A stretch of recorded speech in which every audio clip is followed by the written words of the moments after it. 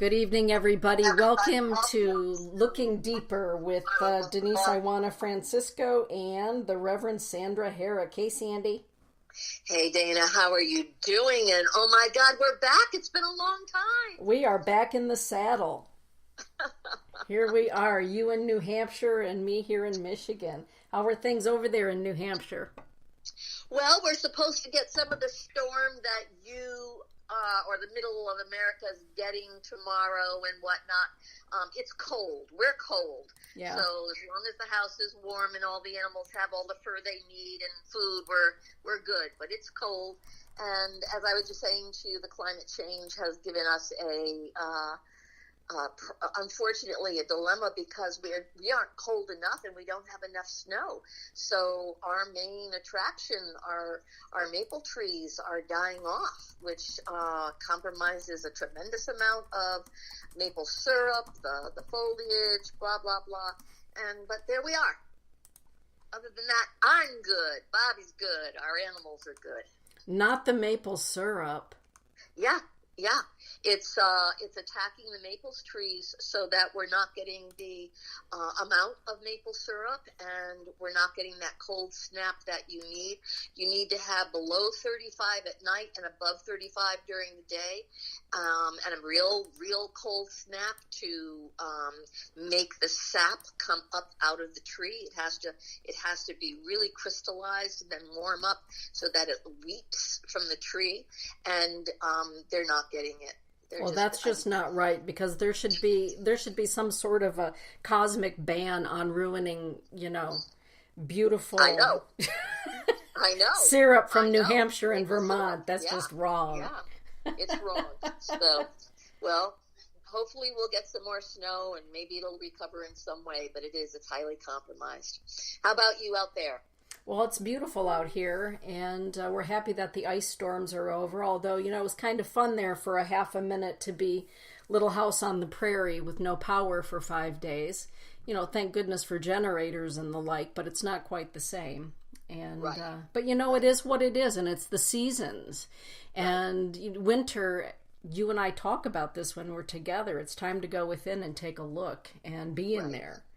Right. And, tonight's show about all things being revealed in time, right, Sam?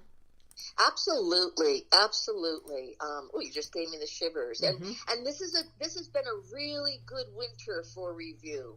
I know in my life, in my husband's life, in our family life, and almost every single person that I work with is really in that place of something is no longer going to move forward. It's at the end of something. Mm-hmm. The time to go in is right now so that we can elevate, evaluate, and to come up with that newness of who we are. So to have this deep inner retreat has been really fabulous. Good. That's a great feeling, isn't it? It really is. To be able to have the time and the space. Yes. To consider where we've been and where we are and the potential for where we may be going. And understanding that we have that choice to go within in that way. Absolutely. My whole life has always been about the ability to reflect. I journaled.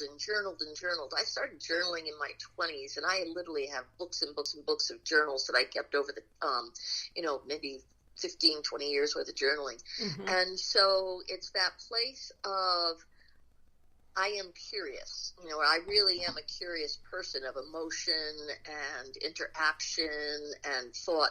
It's not that I live in the past, is that I reflect. And because there's so much information, there's so much education from our conscious, subconscious minds that I don't get everything, in the first round, but to allow that reflection to go in, to get into dreams and have my dreams talk to me, to have the atmosphere talk to me, and just have that peace and quiet where I'm not distracted. Mm-hmm. So I can be sensitive and ready to experience information on the subtler levels. Yeah. What about you?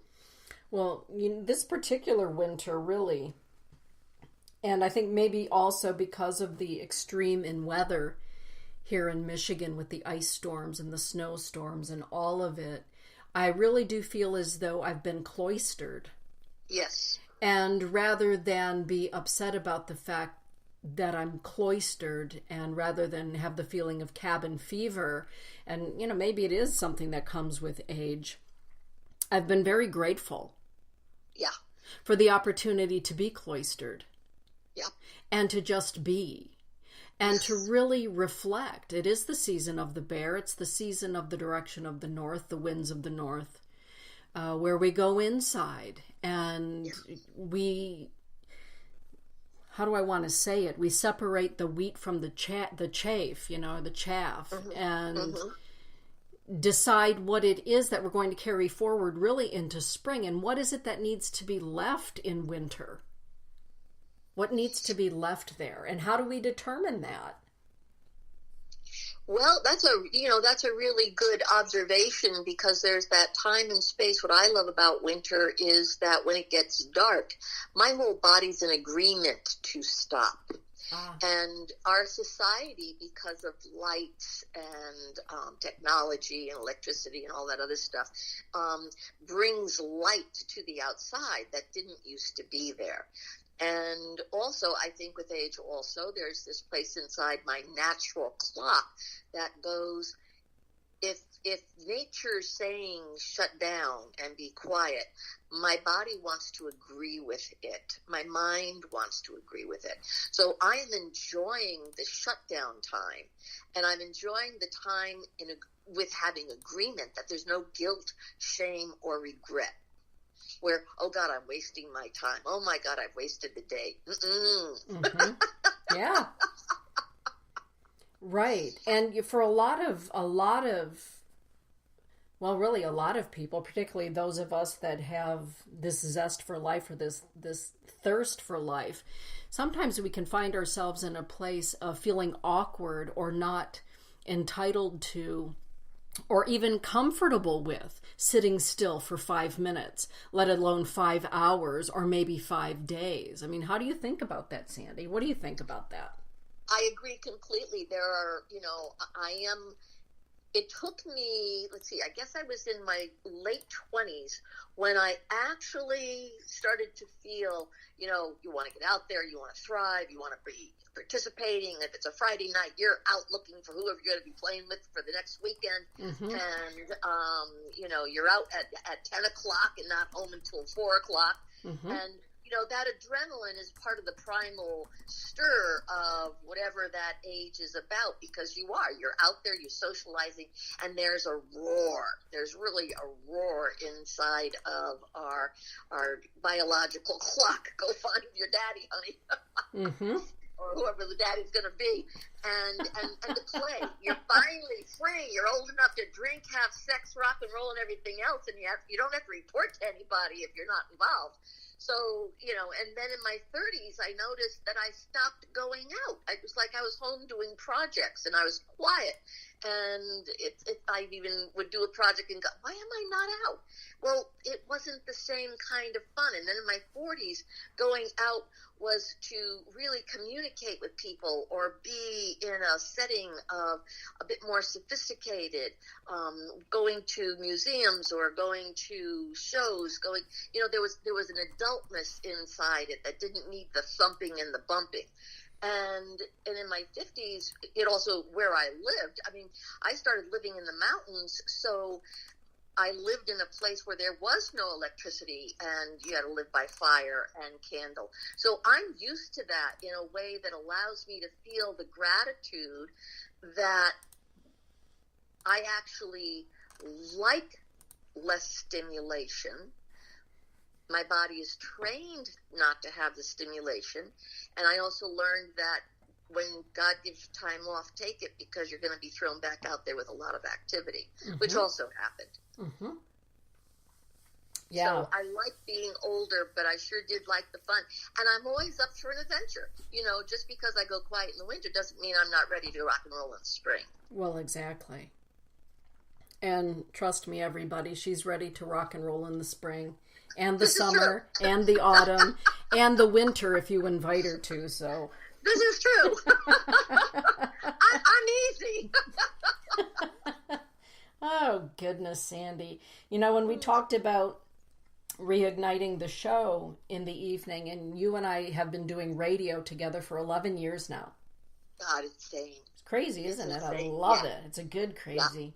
Yeah. I said, hey, Sam, so what do you want to talk about when we're back in the saddle? And you said, let's talk about looking at what has been revealed. Yes. And so why did you choose that? What was on your heart at that moment? Well, if everybody's paying attention, they know that there's a lot going on in our world, not just with the politics, but with our relationships, with our own personal growth spurt.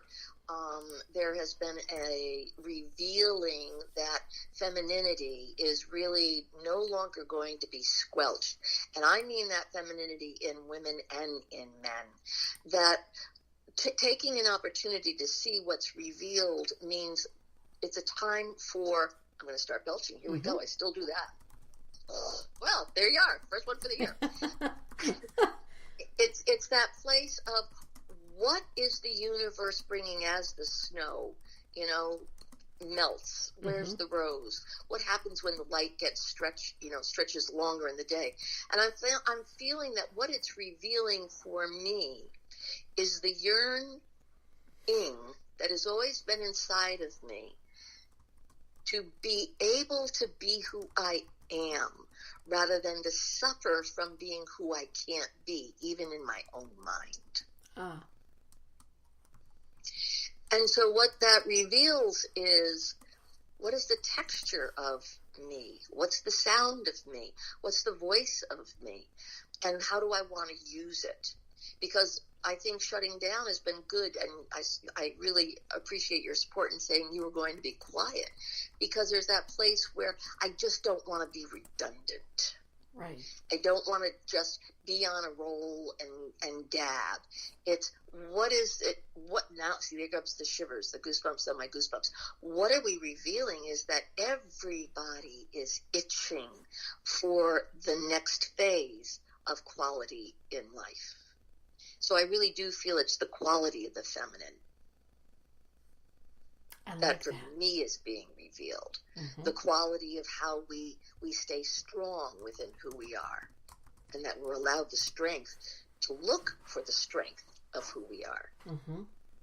We have our good friend Lady Hawk from Texas in the chat room, and our wonderful friend, my little sister Lily, from the great state of Maryland in the chat room. Hi, ladies. Yeah, both talking about the fact that, they're also enjoying some purposeful downtime, going within and taking a look, a time of introspection.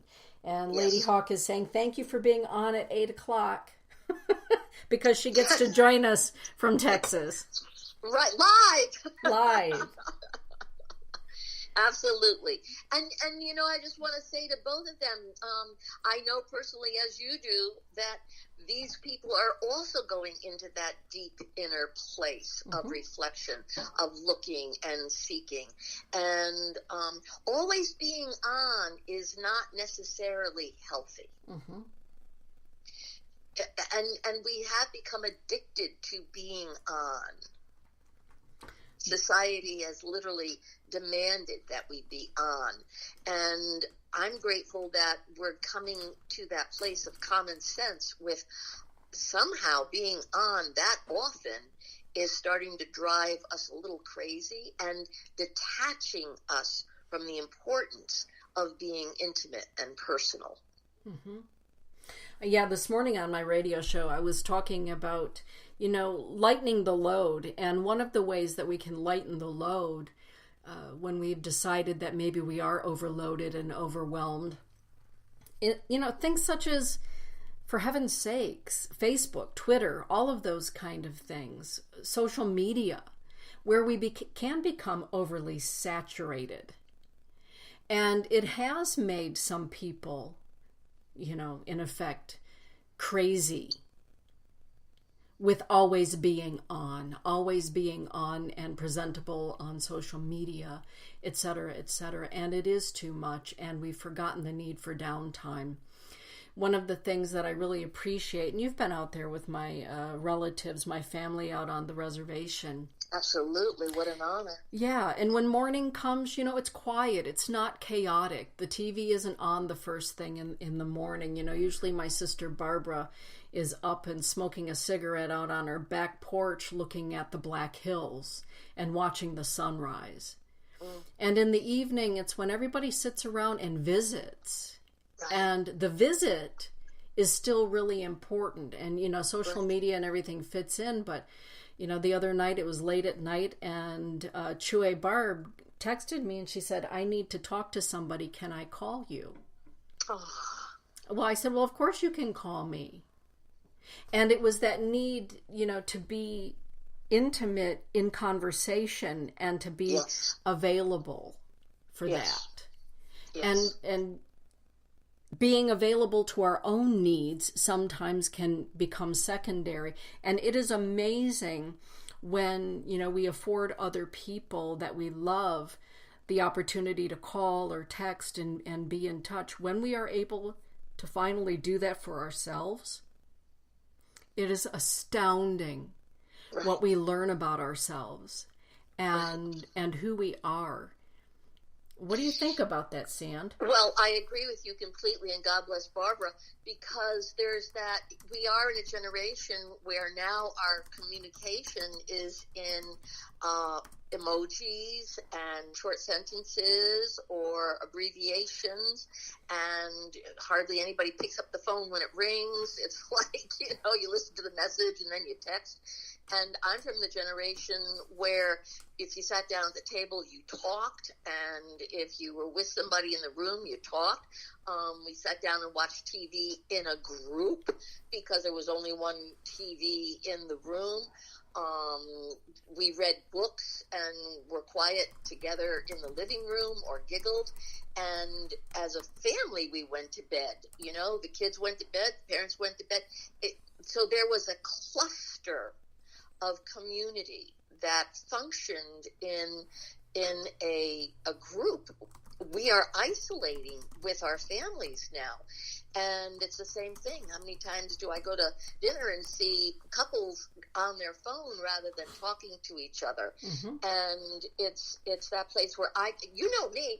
I mean, I'll text you and Lily, but then everyone's like, "Can I call?" I'm just like Barbara. It's like, you out there? No, you don't say that, Sandy. You don't go, "Can I call?" You just call. Well, sometimes I ask. And here's what you say. Here's what you say. I'm not texting anymore. I'm just calling. That's true. I mean, we're so busy texting, it's like, screw it, I'm dialing the phone. I know they're near it, you know what I mean? I love it. Well, the chat room this evening is growing, and Doreen Fisher says hello, she loves us. And Marianne Malika, our beautiful friend down there in New Smyrna Beach, Florida, is here with us. And everybody who's in the chat room, there's somebody very special to me tonight that's in the chat room, and that's my cousin Johnny. She lives she lives down in Florida. And talk about revelations and things that have been revealed. Johnny is my biological mother's first cousin. And Johnny, it is good to meet you. Thank you. So if all of my friends there in the chat would say hey to my cousin Johnny, I'd appreciate it, because that is one of the greatest revelations and gifts that I have received in, frankly, the entirety of my life has been gifted to me since December 14th. Wow. Yeah. I would like to just say that I'm very honored and moved to be able to walk some of this with you over the years that I've known you, in your search for your family and your love, in the need to have the family to give the love to. So it's pretty powerful to know that you're on your way to touch it and to talk to it and see it face to face. This has been you talk about what is being revealed. Mm-hmm. Truth is being revealed. Yeah, truth is being revealed. Yeah, and, congratulations. Thanks. It's surreal to me to think that, here we are, all of us, and Lady Hawk and Lily, For 11 years now, you and I have been doing our radio show together, and they've been with us for the entirety of the 11 years. That's true. And yeah, gotta love that. And how they've become family, and how our friends, that are in the chat room have become family. And never did I ever think that in and amongst all of that, that something like having Johnny present in the chat room, and perhaps Corey listening this evening to the show, what a blessing. And the revelations that come with that are huge. For you, Sandy, in this winter, this has been a winter of things being revealed in time for you as well. Is there anything you'd wish to share with everybody about what's been revealed to you, about you, or for you? Well, what's been revealed for me since I got back from Egypt is, if anybody doesn't know, Bobby broke his neck. He broke his neck fractured it in 2 different places, and gracious by the will of God, heaven, and all sorts of angels, he is now out of his collar and has metal plates and screws in there. And so, interestingly enough, when I heard that he broke his neck and I was in Egypt, it was one of those things that paused life completely. There was nothing to do except be in every single moment and see what happens and what's happening in every single moment. And I can only say to you, the stillness that came to me in coming here, I'll be very frank, our past didn't exist as enough to bring us forward. Our present was in such compromise with who is he, what is this happening, is he going to be able to move, is he going to be able to walk, will he be able to work. We couldn't think about any of that other than just be in the moment. What's everybody doing? What's everybody feeling? What do we need to say to each other? To even right now, to reveal that Bobby and I are finding another identity in our friendship, in our relationship, in our love, that actually, instead of bringing us to the end of our lives together, to a whole new beginning. And interesting, it just happened literally just before I called you, that there was a place in speaking to Bobby, I looked at him, and the man that I loved is standing in front of me, realizing in me that, oh my God, I'm so glad I went quiet. I'm so glad he was brought to the floor, to his knees, to be quiet in this act of, we all need to take a look. And sometimes the greatest chaos brings us to the most divine openings. And so the reflection for me is, who am I in this marriage? Who am I as a person who loves someone? Who am I as a woman that creates partnership or creates my life? And to really question it as, everything can be done or everything can be started. And it's literally the same thing, because everything is done the way it was and everything is starting. And I'm walking into a future with something. In my healing of me, in the research of my own traumas in my life, something's being revealed. And I believe it's like with you, Dana, the kernel of your soul is being addressed in a way that you're not digging anymore. It's being soothed. Mm-hmm. It's being allowed to grow. And something inside me, in that very kernel in my life, it's now, there it is, it's revealed. I can work with it now from a conscious space rather than a I wonder space. Mm-hmm. So you finding your mother, you finding your father, you finding your family, you don't ever have to scratch your head and wonder. Now you can embrace and move forward. Mm-hmm. So there's something similar in me that's going on in what happened to me in my family, with my family. I'm certainly not a child that was put up for adoption. But there's still that separation in family. That's still that identity. What happens to us as children, we all grow up. We have our trauma. And my trauma is finally being offered a kindness to me that allows me to see my husband in a new way, my heart in a new way, and it's being revealed gently. I didn't thrash. It's just happening. I'm going to belch for us all here again. You're going to have to explain to Corey why I belch.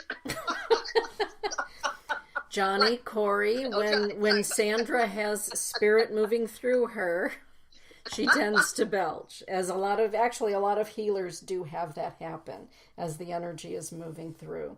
So, there have been a couple of... It's an affirmation. I haven't eaten dinner yet. It is an affirmation. Yeah. It's amazing how when we become still and allow things to be revealed rather than jump to a conclusion or move ahead with a conviction that's uninformed, an unconscious conviction, how we really are cheating ourselves out of the possibilities, the vast possibilities. And that's really what I heard when you were talking and sharing with us there, that, sometimes we just want to jump ahead or assume, or because we are conditioned to think that, well, now that this has happened, then clearly this is what's next. But to lay, in the quiet, to be in the quiet and allow it to unfold is a great gift that we give ourselves, don't you think? Absolutely, because there's such a pounding of energy or judgment, or when people hear, well, this is what's going on, and there's a snap judgment of it, or say, why are you staying, or what are you doing, or why aren't you changing, or It's peer pressure sometimes makes us do foolish things. And when we sit within the reflection of something, and I mean the peer pressure from family, parents, siblings, friends, or even society, when we sit alone and not listen to the noise and attract judgment that we don't necessarily know how to process, except to respond for it so we don't take on shame or look a certain way that somebody would criticize us, that quiet allows us to take a kinder look at ourselves, to take a deeper sip of our conscious, subconscious mind, and even to go into dream time, where our dreams can speak to us so that we're not listening to voices that don't belong in our soul or don't belong to our hearts. Mm-hmm. And I think it's time for us all to come back and start listening to the quiet of our soul, or what is truly the feeling in our heart, because love is not fast. Love is not a text, I love you, boom. It's an energy, it's a space, it's a sensory, it's an experience. And I hope our society can come back to being able to have such a quality of experience, quite frankly. Mm-hmm. We're missing it. Doreen is sharing with us. Barbie's in the house, by the way. Hi, Barbie. Doreen is saying, the best way I can say it is that with each layer of my life that's been brought down in rubble, I see the greater good. But I can give my family so much more than before this would have happened. Scary, but in many ways, so much more. When the tower comes down, some people, for a variety of reasons, stay down. And other people rise up out of the rubble or out of the ashes like the phoenix. And they're new. And not necessarily new in ways that everyone can understand or appreciate, but new, more authentic.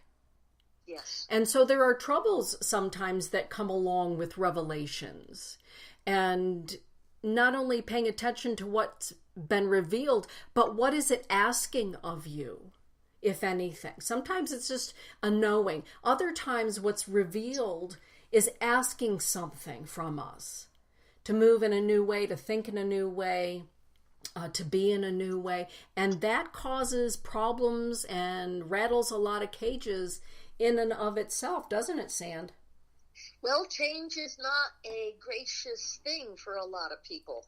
And, I'm one of the people in my family that was the great changer. I changed my address. I changed my location of state. I changed where I lived in countries. I changed some of the dynamics of, really examining the family and confronting the family. And I wasn't always happy. I mean, they always loved to see me, but it was like, how long is she going to stay? Uh-huh. Because of that inquisitive space inside me with change, as much as I wanted to settle down, my spirit wasn't adjusting to settle down until much later on in my life. And it is a hard thing for people who are frightened of change to trust when change comes, that it doesn't have to be fear-based. Mm-hmm. Because we can give up fear when we sit quiet and listen. And it's like being in the woods by yourself and you hear a noise. You can get scared and run, or sit quiet and listen for the next sound. Listen for, where am I?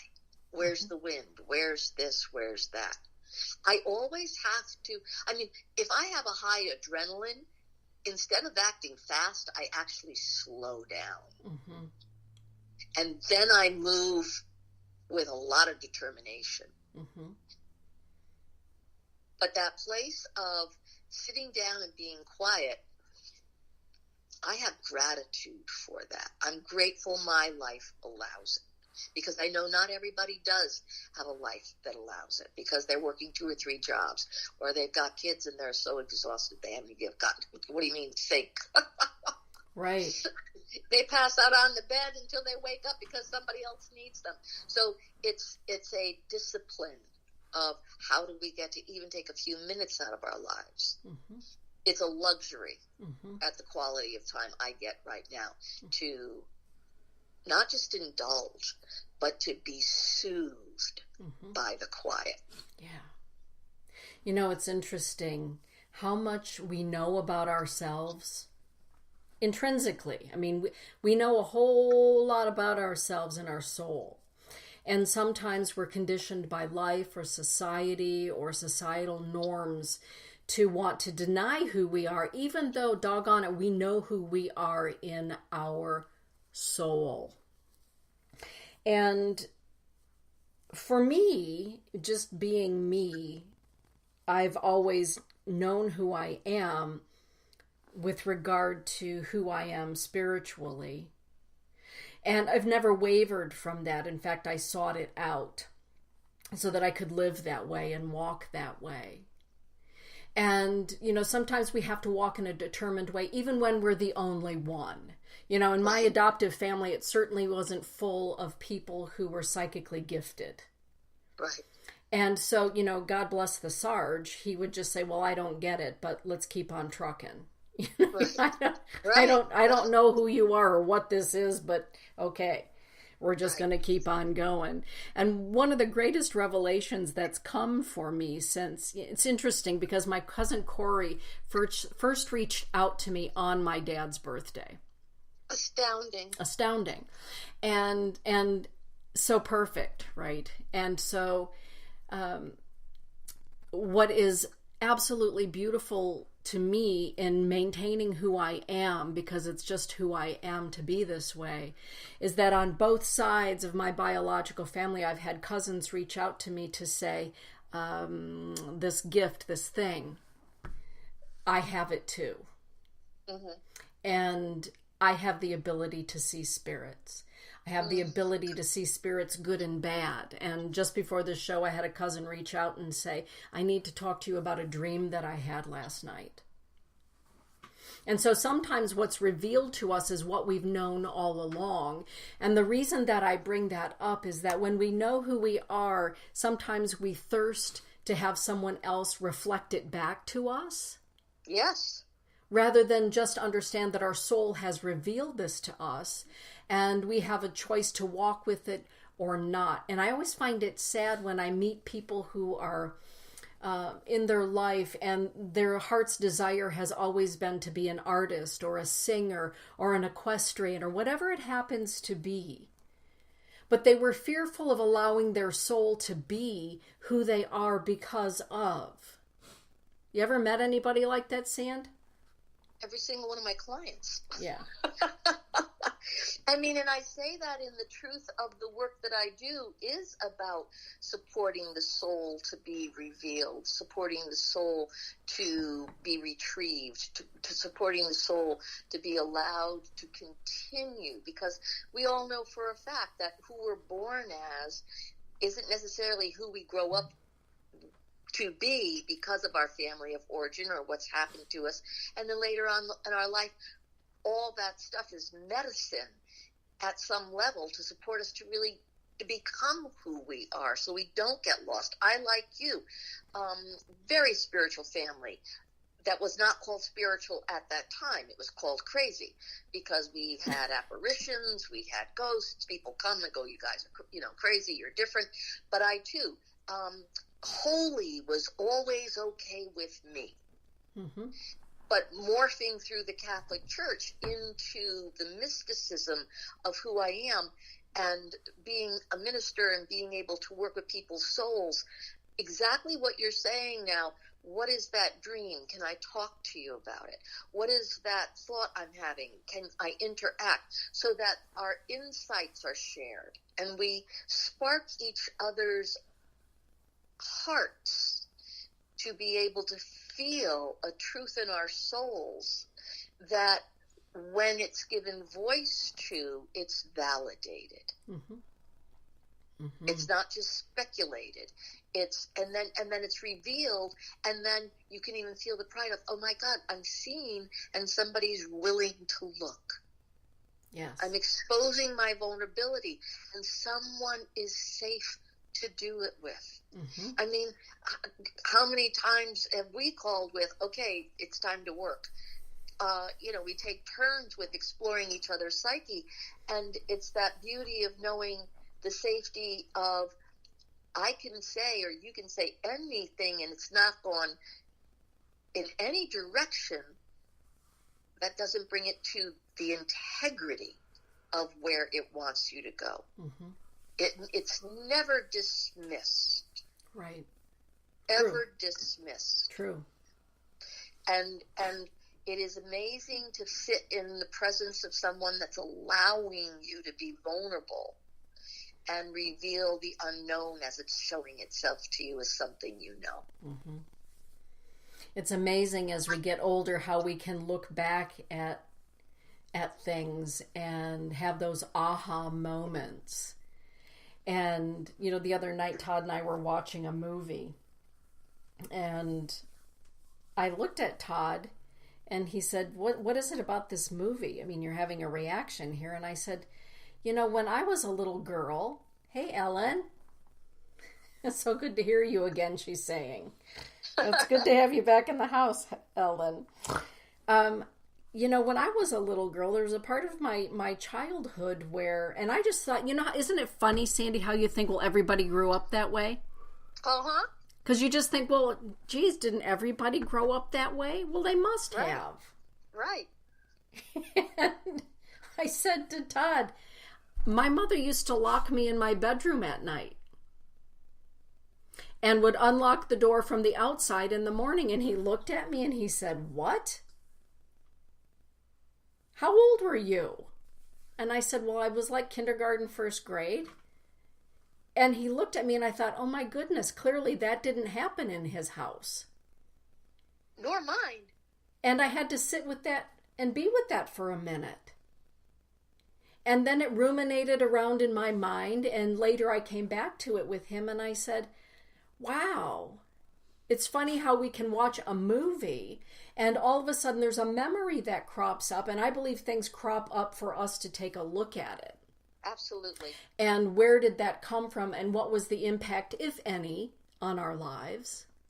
But, 50 years later, watching this movie and watching this child be locked in a space that was scary with their ghosts, because, when I was a little girl, I already had visitations and apparitions.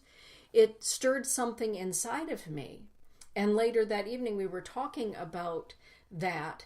And, for 56 years, I've gone on thinking, well, geez, didn't everybody's parent just do that? Wasn't that what you did in the 60s? So, in talking to him, he's like, no, that didn't happen to me. You're 70 and you're saying it never happened to you. But in that moment of revelation, being with it rather than jumping on it, but being with it.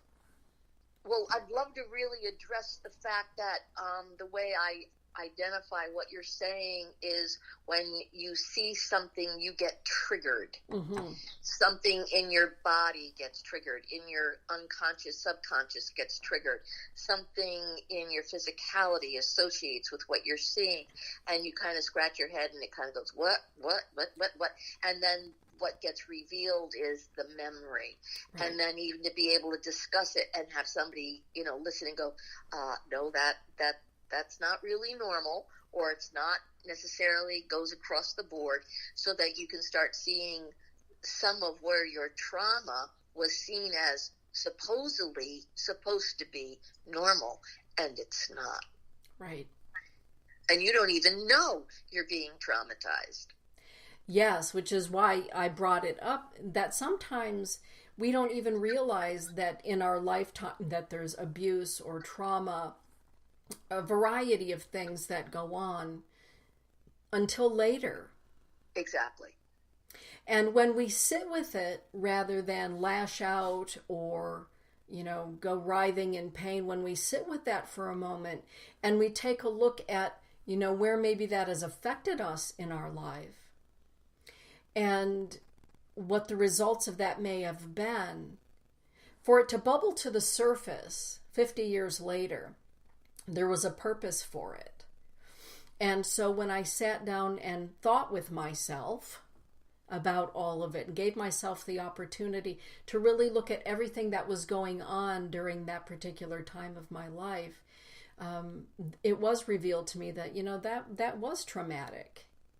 And so for all of us, there are things that come to us that trigger us. And as you were saying, we have an opportunity to be with it, take a look at it, examine it, move forward with it, and liberate ourselves, right? Emancipate ourselves.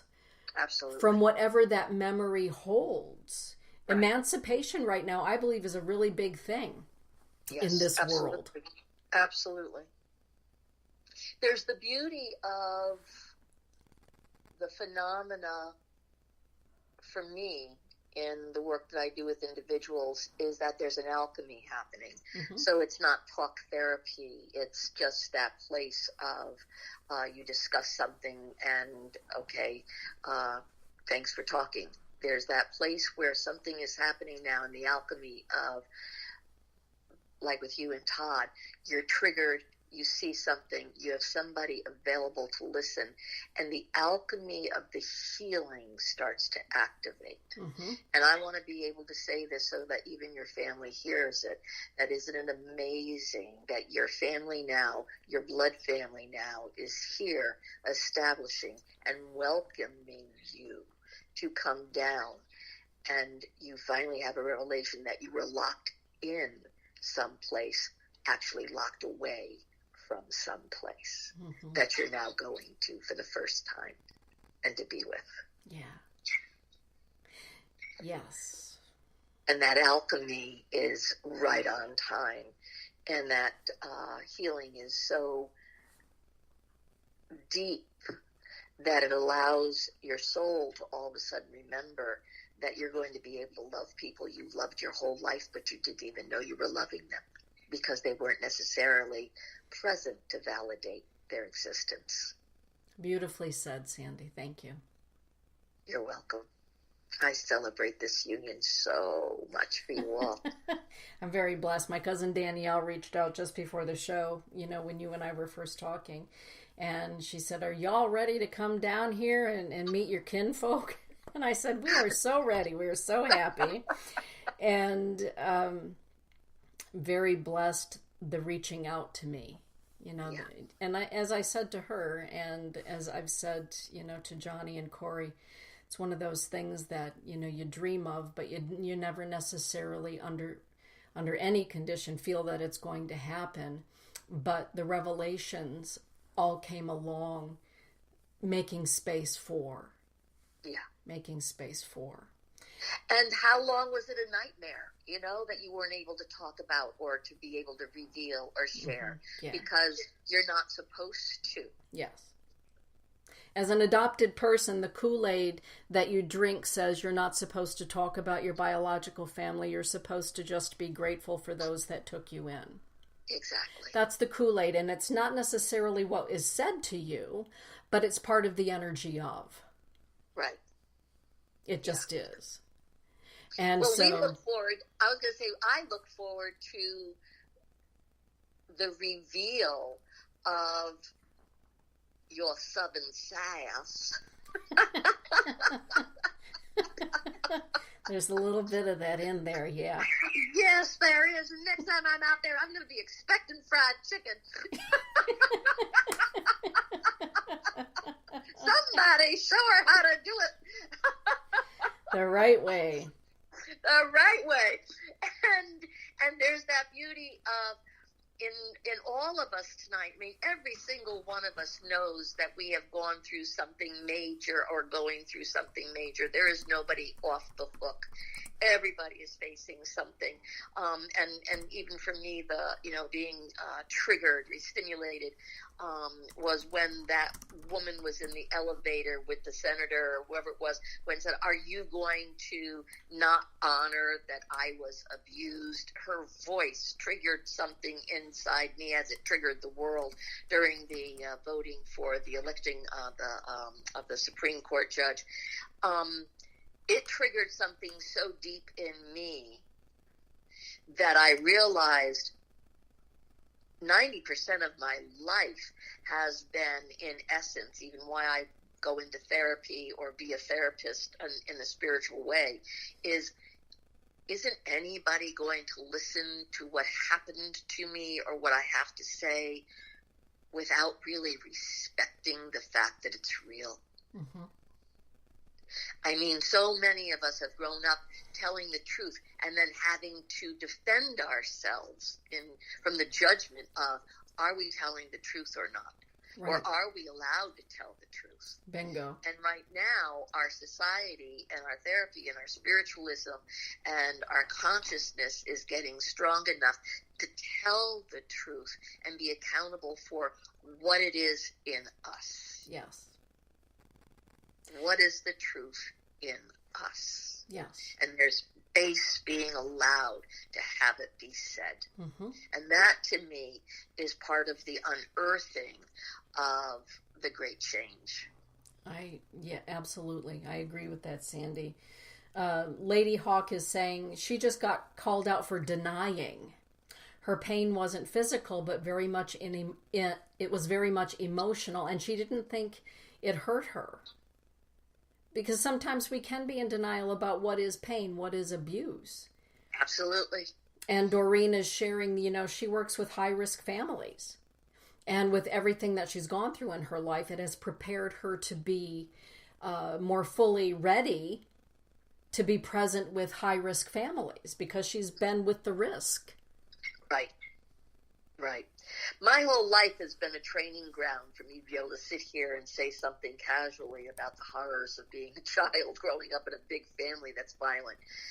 And, to be able to have the compassion is part of the experience of having the lives that we have lived. And I really am grateful for the opportunity to share now with people who are in that time of wonder. It's like, well, was that real? Did that really happen? Or should that, is there another way of doing it? Mm-hmm. You mean there are options? Mm-hmm. And I mean, one of the great things that happened to me even in the last 24 hours was to be able to offer someone the option of their own kindness to be given to themselves, to truly give the kindness they give to someone to themselves. And I feel that that's what's happening so in what even Lady Hawk is saying. You know, we don't know we're allowed to give the kindness to ourselves because we're so busy trying to be kind to other people, or so they don't hurt us. I know for myself, one of the great triggers is I figured if I teach everybody how to be kind, so I teach them how to be kind by being kind, then eventually they'll be kind to me, right? That's not always the way it happens. No, it isn't. No, and then we starve, and then we starve, and go neurotic. And go neurotic, yes. So what do you suggest to people, Sandy, you know, such as Lady Hawk sharing that, you know, clearly there was some abuse going on, and later it was revealed that that really was, it didn't feel right probably when it was happening. And later it was revealed, as sometimes things are revealed much later when we are more adult, that just plain wasn't right. In fact, it was abusive. And wow, now I need to look at, or I have the opportunity to look at my life differently, to look at myself differently, and maybe move forward differently.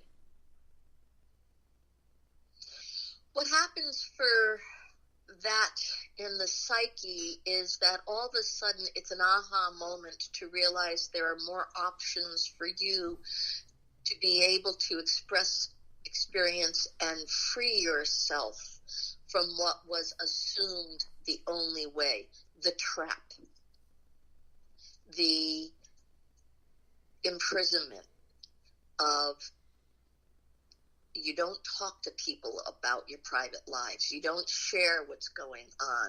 You don't even know what's happening next door. Our house, I didn't know there was violence in our house. I just thought that we were loud, we were vicious, we were this, we were that, and everybody got beaten. But it's that kind of a place where all of a sudden when you realize it's not normal and you realize you are traumatized, you're hurt, you have pain, it's when you can start becoming sane about what is right for you to bring to you to heal those wounds. By talking about it, finding out how to care for it, and not becoming traumatized quietly, not even knowing you're traumatized. Because that is where everybody now, all the medication or all the thing, the acting out or all the disassociation is that we are so traumatized we don't even know it, but we're reacting to it. I mean, women that are coming home from war since forever with PTSD, they didn't know that they were traumatized at war. They just knew they came back and it was like, man, this isn't going to work. What do you mean I have to come back and go normal? Right. My mind saw things that's not normal. And so to be able to talk to people about it normalizes the feeling that you're so different you can't associate in a normal way. And that to me is the grace of being able to finally say the truth rather than be a prisoner to the insanity that we have experienced and told, get over it, grow up, shut up, I'll make you cry, I'll give you something to cry about. Oh yeah, that was a favorite in my household. I'll give you something to cry about. And you know, in my household, you know, growing up as the oldest and a vast number of years difference between me and the youngest, you know, the parents that I experienced were very different than the parents that he experienced. Right. And that happens, I know it happened in your family. That, you know, the way that you experienced your parents is vastly different than some of your siblings. And that absolutely. happens, but it doesn't take away from your experience with your parents. It doesn't negate it. No. God bless. I'm the second of 7 children. We're spread out over a certain amount of time. There's the first 3, and then the second, round was the next 4. And so therefore, as being the second child, I got to babysit and be a mother to the next crew that was coming in. But my sister, God bless, my older sister was the litmus test to everything and anything that was going to be judged and made wrong and criticized, and she was always going to be sent to the convent. And I got to look at that and go, I think I'll just be quiet, and if I'm going to do anything that she's doing, I'm just not going to, I'm not going to get found out. But of course I did, and I had my own trials and tribulations, but there's that fact where my mother and father were burned out by the time the second crew came in. And so they brought the children up differently. The tensions were different. The personalities were different. And I got out of the house at 18 years old. I'm out of the house, and all those kids were still young, and so I didn't see them grow up in a lot of ways. I brought them up as babies, but as young teenagers and whatnot, I don't know who they are per se. And then we have to figure ourselves out as adults, and it doesn't always work. Right. It just doesn't always work. And our sometimes minds are different. Go ahead. And don't you think, Sandy, with that, sometimes then we're called into perhaps changing once we become aware of that. Like Todd was just saying in the chat room that, people perceive him as not caring or cold. And the fact is, in his household growing up, he was told that other people's lives were none of his business. People live their lives, you live yours. Our life is no one's business, and you're not to go asking anyone else about their lives. And that just becomes a way of being, that you're only concerned with, what's going on with yourself, and everything else is off limits. So there's no active engagement. Well, and it takes practice to ask. It takes practice to feel. It takes practice to talk without judgment. It takes a sense of identity to feel safe enough to say what's going on and not lose yourself in an interaction of a conversation, or when someone has a belief system that's different than yours. Mm-hmm. So it actually develops character by interacting, and stifles character by not being able to. Right. Well, that just gave me the shivers. Yeah. So, we'll keep talking, Todd. It's when we first moved in here, into this place in the Enchanted Forest, and knowing that he was married to a woman that loves people in her home. I mean, you have the feathered sofa downstairs. That's the Sandy bed. And Kevin and Kelly have the spare room on the lower level. Lily's bedroom is here on this level. So there are all these designated sleeping places in this gigundous home of ours.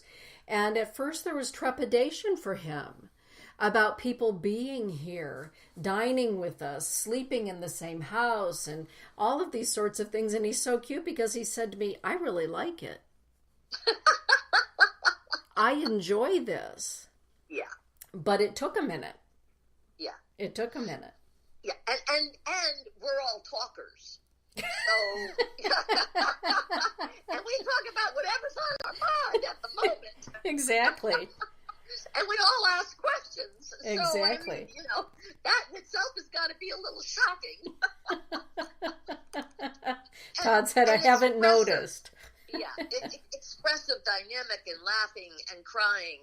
And so there's a spontaneity there, and yes, the couch is mine. So I just want to reiterate that. We've almost had fisticuffs in this house over who was going to get the feathered sofa, and that is Sandy's. Ellen when is. She's there. Other people can have it when I'm not. It's okay. We'll just sage it afterwards. That's right. Ellen is saying, looking at it, I refrained from asking others because I didn't maybe want anyone asking me about mine. Well, ta-da. Yeah. Yeah. It's amazing what reveals itself when we take a look at it.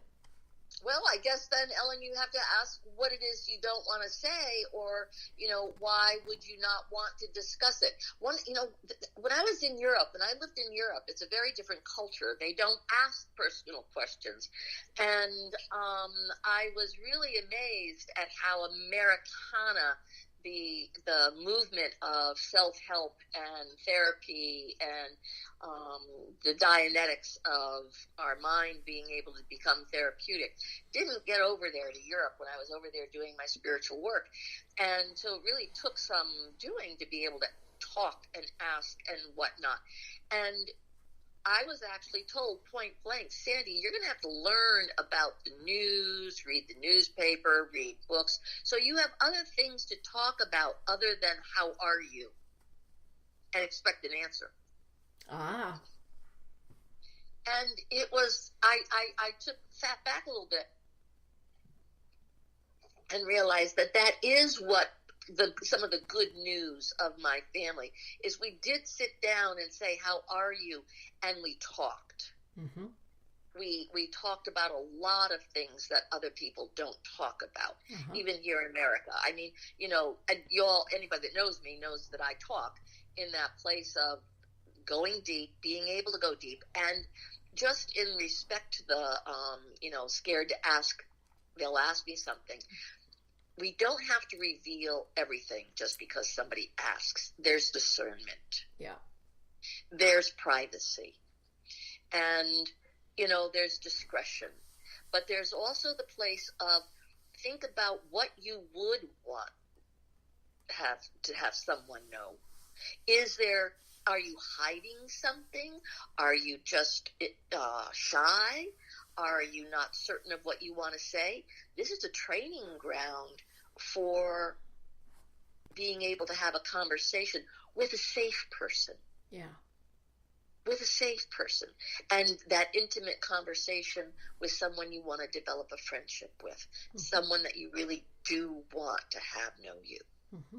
And it also, my question then is, do you know yourself enough to even be able to have a conversation about you? Oh. That to me, oh yeah. Ooh. That to me is the beauty of the work that I really love to do. That we discover who we are so that we feel confident enough to have a conversation about ourselves. Wow. That's a great show. That's a great show topic. Do you know yourself enough or well enough to talk about who you are? Absolutely. Absolutely. And for some reason, when you said that, Sandy, I had this flashback of my Homblecha last summer. I don't know why that is, but when you were saying it, I could see the inipi, the sweat lodge door or flap rolling up, and I could see you coming inside the lodge, and Lily and Kelly and Kevin coming in. Interesting. That memory. Isn't that fascinating? Yeah. Yeah. Why that? I don't know. Isn't that interesting? Yeah. It has that intimacy. Mm-hmm. Well, we that's all true. knew where we needed to be. Yeah. Thank you for that, Lily, by the way. Prayers are rising. Prayers are rising. Hold on, Sandy. I have the best little sister in the world, right? From the Sweat Lodge, the Vision Quest site, all the way into Rapid City and back. Lickety split, without a second thought. Yeah. And they're in time for the ceremony to start all over again. I know. Her marker in the moonlight was a coffee cup from McDonald's on the roadside, so she knew what dirt road to go back down. And not to mention the red star in the sky coming across the Badlands. Oh my God! Oh, lordy, lordy. Lily, there's a light. Life is an adventure.